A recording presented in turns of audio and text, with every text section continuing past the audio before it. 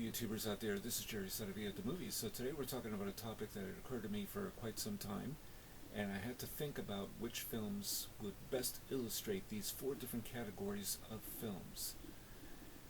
Four different kinds of films, that is to say, that have existed in our exclusive cinema history.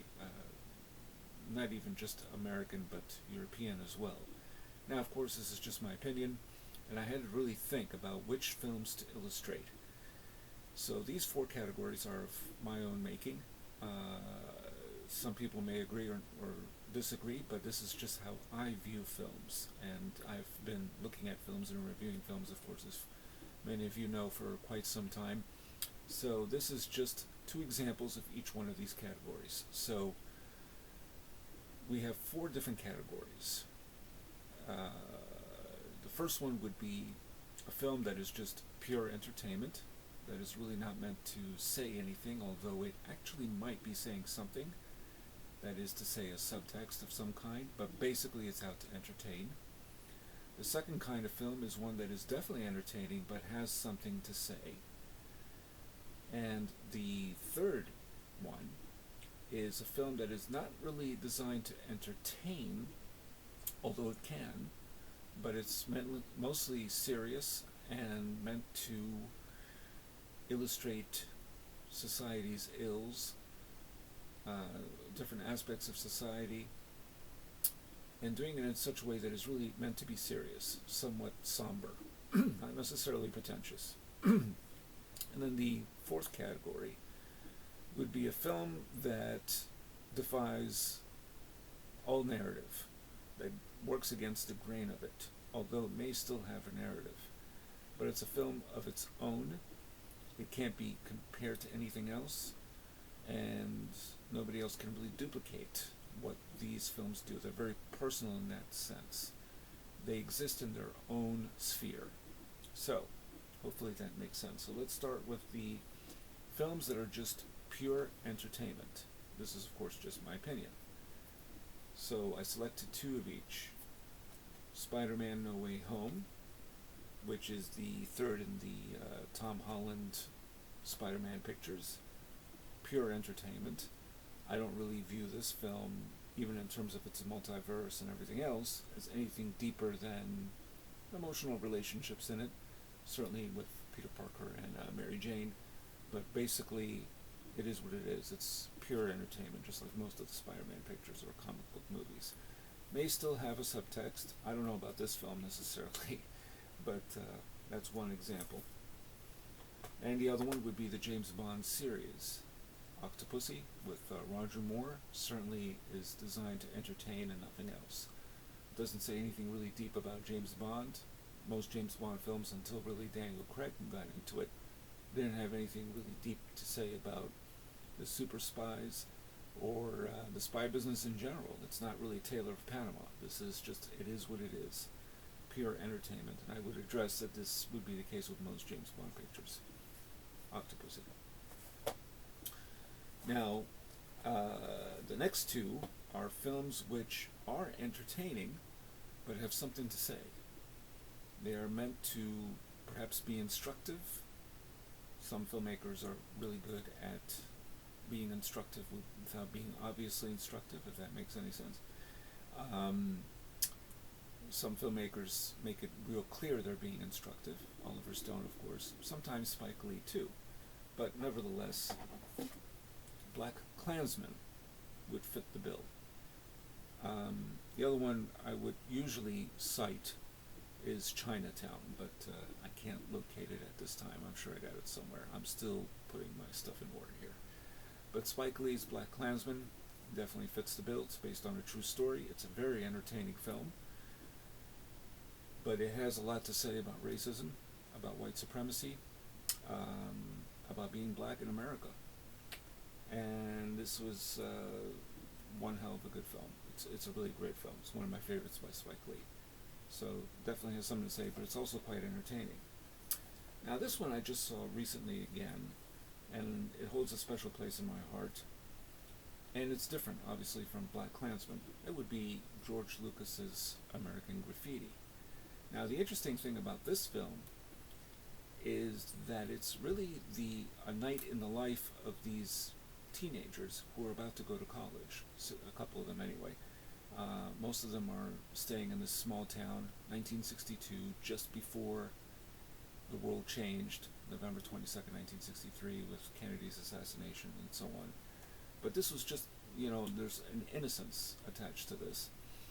And that's what I love about it. There's no specific plot. It's just sort of all these characters, and it's beautifully done because it just sort of smoothly transitions from one situation to another, bringing back certain characters and dispensing with them, bringing back some other ones, and so on. And it's just the story of really the last night in which all these people who are friends, most of them, guided by their love of rock and roll, which they hear on the radio with Wolfman Jack. It's just, what does the future hold? But they're more concerned about, can they still feel the same way they did when they were in high school? So, and things are going to change. Also has a final shot in this movie, which I almost thought about doing a video just on the final shot of this film, with Richard Dreyfuss, who's the one who's unsure if he's going to leave for college, but finally does, and he sees the T-Bird, I believe, with Suzanne Summers, and as he's in the plane, because he doesn't know anything about this woman, and but he has no idea what she said to him when he's in a separate car. He sees the T-Bird as he's flying off from the small town in the plane, and he smiles. It's just one of those, I don't know what it is about that scene, but it's one of the most moving moments I've ever seen in my life. AmericanGraffiti, so that kind of fits the bill there. Alright. These next two films, these are films that are somber, that are not really designed to be entertaining, although they can be, but that is not their primary motive, as far as I can see anyway. That's my opinion. But they definitely say something about the world, and they stick to it. They don't really waver from it. There may be a little bit of humor here and there, but whatever the case may be, but it's a serious subject treated seriously. And that is important to that distinction. These films usually are not box office hits. They're not very mainstream. And there may be exceptions to the rule. I'm sure some of you can think of some, but these are the ones I think of. So, 1984, this was the second version of George Orwell's famous book. I mean, it's being quoted all the time nowadays, and it has been for quite some time. What happened in the film, or I should say in the book, didn't happen in 1984, but it's sort of happening now, for sure. Very Orwellian. This one has John Hurt, Richard Burton, which I believe was his last role, one of his last roles. And it is not like Terry Gilliam's Brazil, which came out the following year, which has a lot of humor in it. Although that film probably is just as shattering in terms of its depiction of what happens to people who are being hounded and surveilled. And but this is one hell of a film. Not easy to watch, but definitely worthwhile. If you love George Orwell's book, see this film version. The other one is an earlier picture done back in the day with Edmund O'Brien. I'm not as familiar, but this one has the look of the book. It has the feel of the book. Serious stuff. 1984, which came out in 1984 as well. This one I reviewed recently, and it's a hell of a film. Of course, I've discussed this already, so this is no big surprise. State of Siege by Costa Gavras, and came out in 1972, deals with the political assassination in Uruguay, and serious stuff. Yeah, definitely. Has a, occasionally infrequent bouts of humor. No film can be totally humorless when depicting stuff like this, but nonetheless, this one is quite good, and it's a type of picture that I admire because it finds its own groove once again in terms of the politics of the day, but it doesn't exactly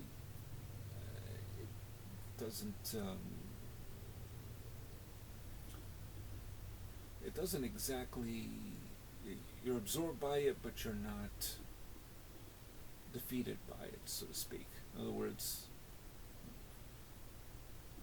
and it's a type of it has a political subject matter, but it does it in such a way that it feels as if you were seeing a thriller, and that's what's really special about it. It's one hell of a good film. So you could call this basically a docudrama. It's based on incidents that did happen back then. State of Siege. I would add, of course, Oliver Stone's films to some degree. Some of them are more serious-minded and political as well, particularly some of the documentaries. These next two pictures are the fourth category, which is films that have their own origin. They come straight from the filmmaker's imaginations. They are of its own. Few people ever have tried to duplicate them or sequelize them, because there's no way really to do it. They are of its own making. They exist in a dreamlike world or a dreamlike state, and you can't pinpoint one scene from the other than a uniform tone, perhaps. They don't follow the rules of narrative. They don't have, it's not, A, B, C, D, and with a climax at the end and an obvious protagonist and antagonist. These films they're experimental with narrative. But in some cases, they just sort of happen, I guess is the best way to put it. These films don't follow the rules, they don't follow formulas, they don't follow any particular style, they are of their own. One film that just came to mind as a way of citing this would be Being John Malkovich, which certainly is a very original picture and exists out of its own accord, so to speak. So, Vampyr by Carl Theodor Dreyer, or I think it's Dreyer, and this is one hell of a film. It's one of the great vampire films of all time, but what it's especially invigorating about this film is that you can watch it every time and it's like really seeing a dream that has no real connection to reality. You can't pinpoint one thing or the other. What's happening? You see silhouettes, you see fog, but this is done in such a way that it is intrinsically dreamlike. It is existing in a world that is not, it looks familiar, but it's not our world. It's a fascinating film, but it's not obviously for everyone, but it's famous and definitely worth seeing, especially if you're into vampires. This is an unusual take on it, to say the least. And last but not least, of course you can pick a lot of films from this man. I'm going to go with the one that to this day I haven't still figured it out yet. Eraserhead. This was David Lynch's feature film debut, and he had done some short films, but this is his main feature picture. And he said it's about the state of Philadelphia, so that's probably the best way to put it. He lived in Philadelphia when he made this film. I'm still not exactly sure what it's all about. I can understand some of David Lynch's other films a little bit better than this one, but it's a true nightmare, this movie, and it has also a very satisfying ending that really is both horrific and beautiful at the same time. It's really an amazing picture. So David Lynch's Eraserhead, again, what do you compare this film to? You can't. So that's the point of this fourth category. They're incomparable. And thankfully nobody ever made a sequel to this, because how do you do it? You can't. It doesn't follow formula, it doesn't follow any special narrative. It's just, it exists in David Lynch's own mind. That's the best way to put it.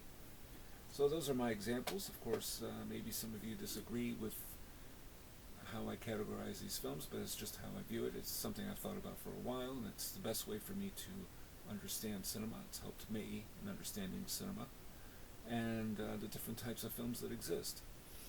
And so there you go. Those are my thoughts. If you agree with any of them, tell me about it. Or if you have other particular substantial examples. And I guess that's all I got to say about that. If you like what you hear, please subscribe to my channel and hit the notifications. And that's all I got to say for now. This is Jerry Saravia at the Movies, signing off.